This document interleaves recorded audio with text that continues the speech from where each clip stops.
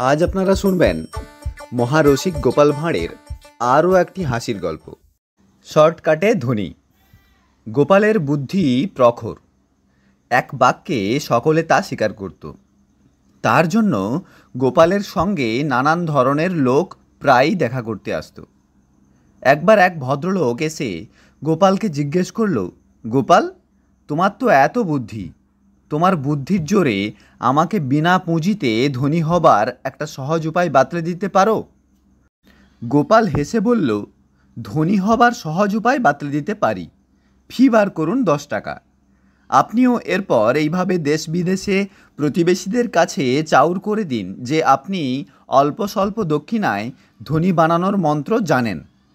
লোকের ভিড় আপনার কাছে ভেঙে পড়বে। শর্টকাটে ধনী কে না হতে চায় বেবকুফ ছাড়া? আপনি সকলের কাছ থেকে এইভাবে ধনী বানানোর ফর্মুলা বাতলে দেওয়ার প্রতিশ্রুতি দিয়ে যদি 10টা করে টাকাও আদায় করতে পারেন, তাহলে আপনি বিনা পুঁজিতে অতি সহজেই ধনী হয়ে যাবেন। ধনী হবার এমন সহজ উপায় আপনি আর পাবেন না। বিশ্বাস না হয় পরীক্ষা করেই দেখুন না, মিথ্যা বলছি কি সত্য বলছি। এই বলে গোপাল মুচকি মুচকি হাসতে লাগলো।